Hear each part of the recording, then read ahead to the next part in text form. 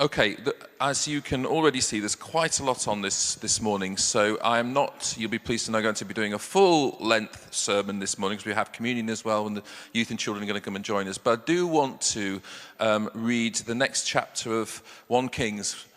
We've been looking at the character of Elijah, amazing character, over the last 2 weeks. And we're now coming to 1 Kings 18, which is the kind of place where Elijah steps into the thing that God calls him to, and he brings a challenge to King Ahab. And I've just a quick summary just to remind us of where we're at with Elijah. He's a Tishbite. He suddenly just appears on the scene in 1 Kings 17. We don't really know much about him apart from he's a man of God. His name means God is God. God is Yahweh, Elijah. And he comes onto the scene as a prophet. And when we talk about prophets, I know we know this, but we're not thinking fortune telling. We're thinking people who speak truth into power, speak the truth of the things of God to people who are in power, to situations, so that God's word speaks into it. And in a sense, nowadays, as a church, we are called to be prophetic in the world. We're called to speak truth, to show love to the world, so that it speaks the things of God into the world. So we are, if you like, carrying on that mantle of the prophets of old as a church, or at least we're called to do that. And if you remember, Elijah goes to King Ahab, who is not a very good king in that he isn't leading the people of God to worship God. He's allowing the worship of other gods. He's allowing the worship of Baal, and he in fact, he encourages it. And the people of God, instead of being this group of people who demonstrate who God is, they become unable to be that group of people because they've given themselves to other things, to other gods. And Elijah comes into this and says, this isn't good. God is not pleased with what you're doing. And if you remember, there's a whole line of kings, northern, southern kingdom, who generally, there's about 8 in the southern kingdom, I think, who do a good job, but the rest, out of 20 on each side, don't do a very good job. And it eventually leads to the exile, where the Jewish people are taken away to Babylon because they've given up their first love. They've lost their ability to worship God and what God has called them to be. And into this, Elijah speaks to King Ahab. And if you remember, he says to Ahab, there's going to be a drought because of the sin of this country. Because of your sin, there's going to be a drought in the country. And then Elijah is told by God to go and stay by a brook, and he is fed by God. He's given what he needs to eat and drink, fed by ravens, the stories tells us, and he stays there by this brook whilst this drought happens in Israel. There's a phrase that often comes in this, then the word of the Lord came to him, and I want us to remember that phrase. Then the word of the Lord came to him, to Elijah. After he'd been by the brook, Zach talked about this a little bit last week, the word of the Lord came to him and told him to go to just Zarephath, where there was a widow and a son, if you remember, and he stayed with this widow and a son. And the widow was, we don't have enough food. How is it going to work? And Elijah says, God will provide the food. And God again is their provider. And then there's that scene where the widow's son dies. And the widow's like, what are you doing? You've come here as a person of God, and you brought trouble to my house. My son has died. And Elijah goes and prays, and the son is healed and comes back to life. And that's where we got up to. And in the period of time, people don't really know how long it was, but it's at least 3.5 years between Elijah going to King Ahab and saying, there's going to be a drought. You need to repent. To this moment. And at this moment, we're at 3.5 years-ish around that time, the word of the Lord comes to Elijah again and says, go and speak to King Ahab. So this is where we're at now. Go and speak to King Ahab. So I'm going to read quite a lot of Bible, and then I'm going to say a couple of comments off the back of it. I'm not going to speak a lot from me. I'm just going to let the Bible speak for itself. And then, as I say, I'm going to ask a couple of questions at the end as a means of invite, as a means of challenge to us as a church and as people. So here we go. And the word of the Lord came to Elijah again. Go and present yourself to Ahab, and I will send rain on the land. So Elijah went to present himself to Ahab. Elijah meets Obadiah, who is a godly man, and who has managed to hide and protect 100 of God's prophets. So this isn't quite this is my summary at the moment, but it will get into the actual word in a moment. And Obadiah had fed these prophets and hidden them in the cave. And when Elijah asks Obadiah to tell Ahab that he is back and wants to speak to him, Obadiah is like, it says to Elijah, have you seen what Jezebel has done? This is Ahab's wife. Have you seen how she has gone after the people of God and killed them? And yet you want me to go to King Ahab and say, Elijah's back? Really? You want me to go and do that? What's he going to do to me if I go and bring that news to him? I just wanted to highlight that before I carry on. It struck me when I read it. It's interesting that we can do things for God and sometimes justify that we've done our bit. Obadiah says, I've done my bit. I've looked after 100 of God's prophets. I've hidden them in a cave. I've made sure that they've got lots of food and water. I've kept them away from Jezebel. But when Elijah comes to him and says, now go to Ahab and tell him that I'm back, he says, hang on, no, I don't want to do that. And it's understandable. Of course it's understandable. But it just struck me that sometimes we can do things for God and we go, that's it. I've done my thing for God. But when he asks to do something more that might be uncomfortable, that might be a challenge, we have a temptation sometimes to go, no, look, I've done my bit. Compartmentalize what we do for God. What God is looking for is not that we tick the box and say we've done a bit for him. He's looking for a whole life of surrender to him. A whole life of surrender. Regardless of what that might mean. And I do think that we are in a time in the church, in the West, I've said this a number of times, where God is saying and reminding us of that again. I'm looking for a people who are fully surrendered to me. And what would that mean for you? What would that mean for us as a church? Where is your heart this morning? Is it in I've done my bit, I've done my little bit for God, I've come to church, I've led a community, I've done a bit of worship, whatever it is? Or is it, what next, God? My heart is fully surrendered to you. Not an easy place to be. It's a desire. It's not always a realization. In this journey of faith with God, it takes time, that. But is that your heart's desire this morning? To be in that place where you say, what's next, God? Here I am, send me. So here we are from verse 16. So Obadiah went to meet Ahab and told him, and Ahab went to meet Elijah. When he saw Elijah, here's a nice greeting, is that you troubler of Israel? I have not made trouble for Israel, Elijah says, but you and your father's family have. You have abandoned the Lord's commands and have followed the Baals.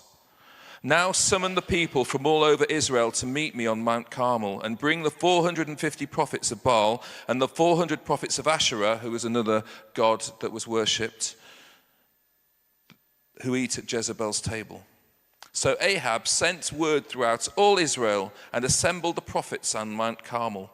Elijah went before the people and said, how long will you waver between two opinions?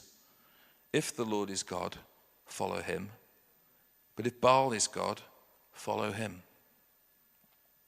But the people said nothing. You can picture it, can't you? I'm standing there.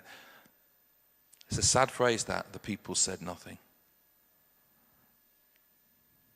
Then Elijah said to them, I am the only one of the Lord's prophets left, but Baal has 450 prophets. Get 2 bulls for us. Let Baal's prophets choose one for themselves, and let them cut it into pieces and put it on the wood, but not set fire to it. I will prepare the other bull and put it on the wood, but not set fire to it. Then you call on the name of your God, and I will call on the name of the Lord. The God who answers by fire, he is God." Then all the people said, "What you say is good." Elijah said to the prophets of Baal, "Choose one of the bulls and prepare it first. Since there are so many of you, call on the name of your God, but do not light the fire." So they took the bull given them and prepared it. Then they called on the name of Baal from morning till noon. "Baal, answer us," they shouted. But there was no response. No one answered. And they danced around the altar they had made. At noon, Elijah began to taunt them. "Shout louder," he said. "Surely he is a god. Perhaps he's deep in thought, or busy, or traveling. Maybe he is sleeping and must be awakened." I love this bit of the sarcastic Elijah. So they shouted louder and slashed themselves with swords and spears, as it was their custom, until their blood flowed. Midday passed, and they continued their frantic prophesying until the time for the evening sacrifice. But there was no response. No one answered. No one paid attention. Then Elijah said to all the people, "Come here to me." They came to him, and he repaired the altar of the Lord, which had been torn down. Elijah took 12 stones, one for each of the tribes descended from Jacob, to whom the word of the Lord had come, saying, "Your name shall be Israel."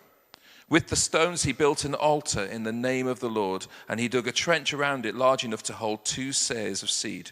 I don't know what that measurement is, but a lot of seed.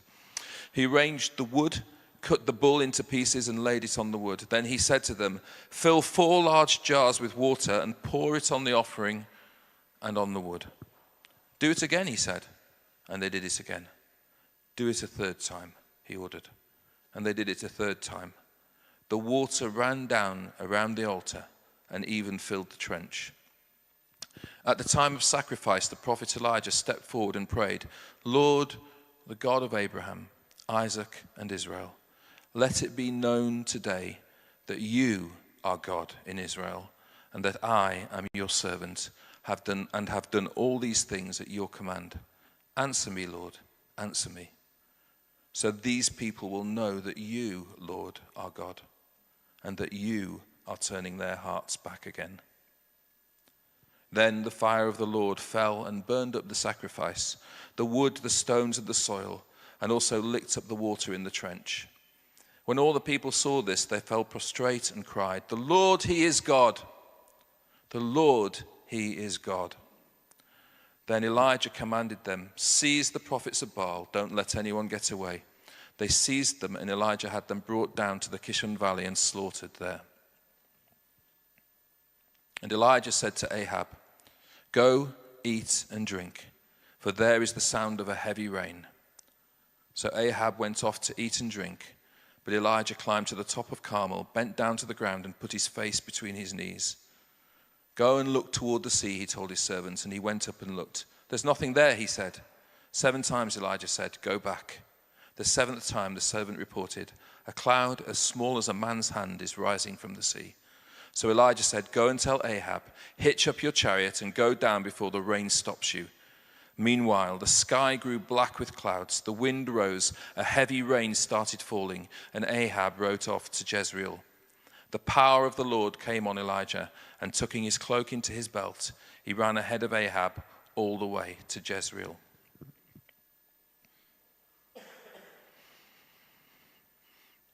Now, there's lots in that we could talk about.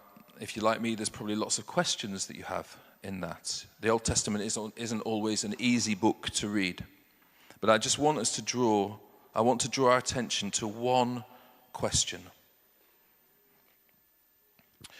What did you think or feel when these words were read? "Lord, the God of Abraham, Isaac, and Israel, let it be known today that you are God in Israel, and that I am your servant and have done all these things at your command. Answer me, Lord, answer me, so that these people will know that you, Lord, are God, and that you are turning their hearts back again." Then the fire of the Lord fell and burned up the sacrifice, the wood, the stones, and the soil, and also licked up the water in the trench. And when the people saw this, they fell prostrate and cried, "The Lord, he is God. The Lord, he is God." When God demonstrated that he was God, when God answered Elijah's prayer, what was your reaction? What did you feel? What did you think at that point? And I just would love us to be honest with ourselves at this point. Be honest with what you feel about that or think about that. There were a number of responses. It could have been, God, do this again. You may be in a place where you're like, God, do this again. Demonstrate your power. Show the world that you are God. Show Sheffield that you are God. Show my family that you are God. Come and do it again, Lord. Maybe you're in that place and it just stirs something in you. Was it nearer to, well, that was then, this is now? We don't see that anymore. We don't see God moving in power like that anymore. Or did it not provoke any response? Did it just pass you by? Now, all responses are valid.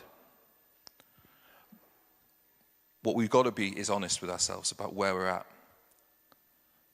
And I'd love us to get to a place where wherever we're at, we're able to pray to God. Either, God, move now, I want to see that now. Or, God, make me want to see that now. That's a valid prayer. If you don't feel it, God, make me want to see that now. Because what this world needs is not people who do things well in church. We will do our best to do things well in church. What the world needs to see is God moving in power through his people who are surrendered to him. And we just have to be honest before him and say, this is where I'm at, Lord. But I'm convinced that the thing that convinced the people in this passage wasn't Elijah, it was God. Come show your power, Lord. So just let's pause for a moment and just give an honest prayer to God. Don't do a pretend prayer. Do give an honest prayer to God. It might be, Lord, I long to see that move. I don't know how. I don't know how that's going to happen. Be honest. If you're disappointed that you haven't seen God move, be honest. Or, God, would you change my heart so that I will start praying that prayer? I'm not anywhere near there. That's okay as well. But just be honest before him. And I'm just going to give 30 seconds where just quietly we pray before God and we humble ourselves before him and are honest before him.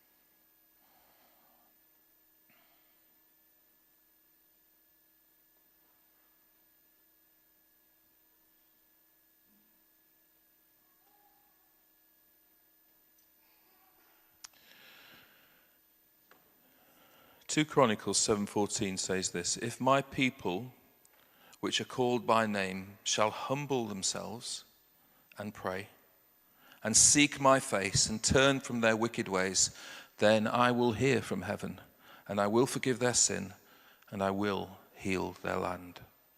That's a promise of God. If we humble ourselves before him, the people of God. And I want to remind us that the people of God were never meant to be a people who lived in the holy blessing and just enjoyed the blessing for themselves. The people of God were always meant to be people who were blessed by God so that they then blessed others. They were then able to point out the truths of God to others. They were then able to lead people to who God was. They were then able to bring truth to power like Elijah did. But the thing that makes the people of God is not any cleverness. It's not any particular skills, although he does bring people with skills into the body of Christ. But it's not that. The thing that makes people the people of God and effective in the world is a people who are on their knees dependent on God. That's the only thing that matters. So that my invite and my challenge to us is, what will you and I do about this? How will we put ourselves in a place where we're crying out to God for him to move and him to be glorified and his power to be revealed? One of the ways you can do this is by starting to use the prayer room that we had a launch meeting for it on Friday night. It was a beautiful time of worship and prayer. There's stations around there up in the room. There'll be information coming out this week and next week about how you can access that. We're just having a few little problems with door codes and boring things like that, so we can keep the building secure while still giving access. But you will hear about that. But what will you choose to do? What will you choose not to do in order to bring yourself to that place? What will I do to bring myself to that place?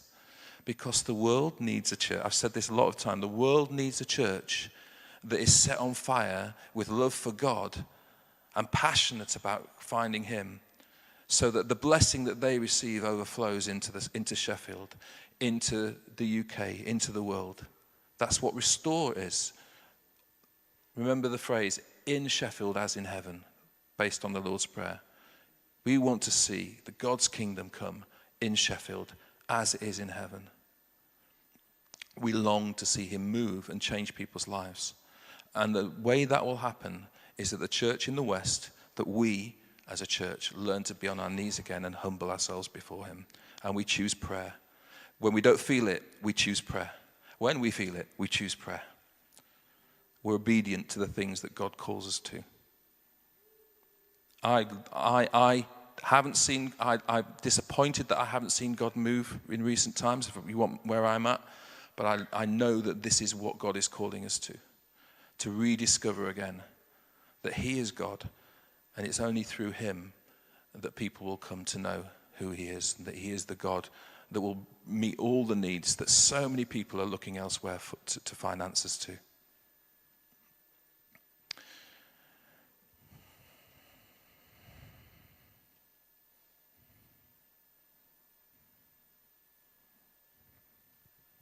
If my people, which are called by my name, shall humble themselves and pray and seek my face and turn from their wicked ways, then will I hear from heaven and will forgive their sin and will heal their land.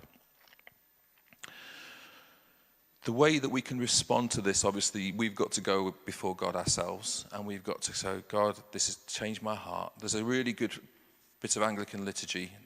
Not often I say that, but there is a really good bit of Anglican liturgy which says, Lord, set our hearts on fire with love for you. It's the morning prayer. It's a good way to start the day. Set my heart on fire with love for you. I encourage you, pray that every morning. Take God at his word. Set our hearts on fire with love for you. But what will you do personally? And will you come and join in with prayer that we're calling as a church? Will you come to prayer meetings? Will you come to, I'm carrying on praying from 7 o'clock till 7:30 every Thursday on Zoom. Sometimes it's just me. Sometimes it's me and 2 or 3 others. I realize it's a hard time for some people, but join me if you can. 7 till 7:30.